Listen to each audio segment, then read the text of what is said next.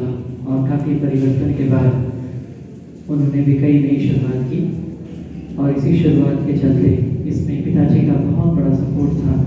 उन बहन को एक अच्छे परिवार को संभालते हुए अच्छे समाज को भी दिशा देने के लिए एक बहुत अच्छी शुरुआत कर रही है। तो पापा जी के उन कुछ क्षणों को पूनम बहन भी अपने शब्दों में संजोएंगे। बहन पूनम।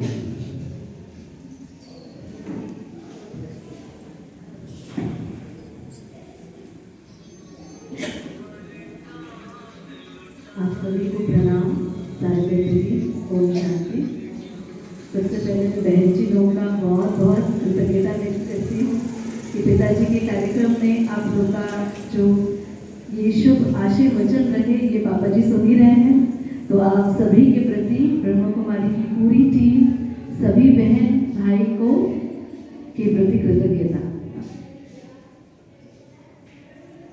सबसे पहले तो मैं बहुत क्षमा चाहती हूँ कि ऐसा लगता था कि हम लोग बड़े हो गए हैं, पर पापा के आगे हम लोग छोटे ही रहे।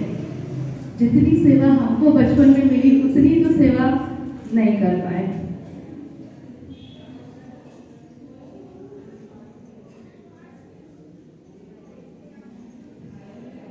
हर मानव में 6 संस्कार होते हैं। तो हर जन्म, शिक्षा, विवाह, दीक्षा, मृत्यु। हमने पापा का जन्म तो नहीं देखा था, पर जब पापा जी ओल्ड एज में थे, वो बच्चे बन गए थे, तो मेरे लिए बहुत ही सुंदर अवसर था कि अपने पापा को बच्चे बन के देखना।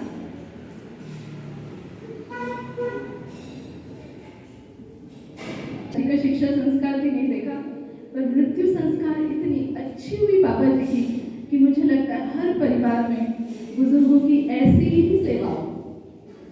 मैं तो बहुत नहीं रह पाती थी, पर अम्मा उनकी माँ के रूप में सेवा की है। आशीष भाई गुरु और पिता के रूप में सेवा करे हैं, और मेरी दीदी बिल्कुल एक छोटी बच्ची और माँ के रूप में सेवा की है। एक छोटे बच्चे को जैसा पालन पोषण मिलना चाहिए, एक वृद्ध को वैसा ही मिला है। मुझे इस बात की बहुत खुशी है।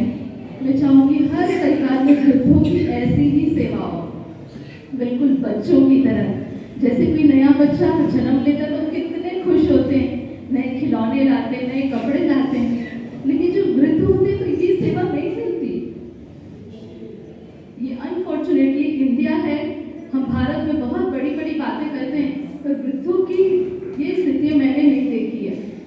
पर पापा को बहुत अच्छी सेवा मिली। कारण था उनके दिए हुए संस्कार, हमारे दादाजी के दिए हुए संस्कार। हमारे परिवार में पूरा अध्यात्म का वातावरण रहा। मैं एक भरतनाट्यम डांसर हूँ, आशीष भाई एक इंजीनियर हैं, मेरी दीदी एक टीचर रही। एक समय बाद हम तीनों को ये लगा ये जॉब जिंदगी नहीं, ऐसे लाइफ नहीं जीना है। लाइफ का कोई लक्ष्य है, वो है सुख को प्राप्त करना, समाधान को प्राप्त करना। आज परिवार में पिता तो है, समाज का पिता कौन? समाज में भी तो माता पिता की जरूरत है। तो हमारे फादर पापा भी समाज के पिता बन जाएं, उस रूप में जिए। और हम तीनों भाई बहन में भी अनफॉर्चुनेटली ये आई है कि हम लोग को समाज के लिए जीना है। समाज में ही परिवार होता है, अगर समाज बेहतर है तो परिवार बेहतर होगा ही। मैंने अपने पिता से हमेशा एक स्माइलिंग फेस रहे पापा, है ना। एक मिडिल क्लास फैमिली में गांव से बीएसपी की जॉब में आए, है ना। कितनी सी सैलरी होगी, हम 3 बच्चे, और उसमें इतने बहुत सारे लोग आते थे, पर पापा कभी भी निराश नहीं होते थे। मतलब पापा का मतलब ये होता है जो कभी निराश ना हो। फिर मैं एक डांसर रही। छत्तीसगढ़ी परिवार में आप जानते हैं डांस म्यूजिक इसका कोई वातावरण नहीं रहता।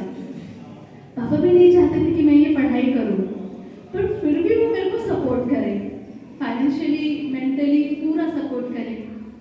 मैंने अपना जॉब छोड़ा, दिल्ली छोड़ा, और आज एक छोटे से गांव अभ्युदय संस्थान जीवन विद्या की उसमें रहती हूँ। पापा तब भी प्रोत्साहन करें पापा मतलब क्या है जो हमेशा प्रोत्साहन करते हैं। तो ये लाइफ में मेरा तो यही होगा, वही मेरे भगवान है, वही मेरे बाबा है, मेरे माता पिता, और मेरा भाई भी बहुत अच्छा भाई है। तो नहीं, अच्छे परिवारों की जरूरत है। हम सारे परिवार ही मंदिर बन जाएं, हर परिवार मंदिर बन जाए, क्योंकि हर परिवार में बच्चा जन्म लेगा, वहाँ मृत्यु भी होगी। और जो पापा का शरीर क्षण को तो बहुत अजीब सा लगे, क्या हो गया, तो कितना जरूरी होता है परिवार में मृत्यु होना। नहीं तो हमको ये अकल, ये हम रोज सुन रहे हैं, ब्रह्म कुमारी, जीवन विद्या, बहुत सारी चीजें सुनते हैं, पर शरीर के मोह से नहीं ऊपर उठ पाते, नहीं उठ पाते। जो चल रहे हैं वो भी, मैं भी एक बहुत अच्छी उस पर चल रही हूँ, पर नहीं ऊपर उठ पाते।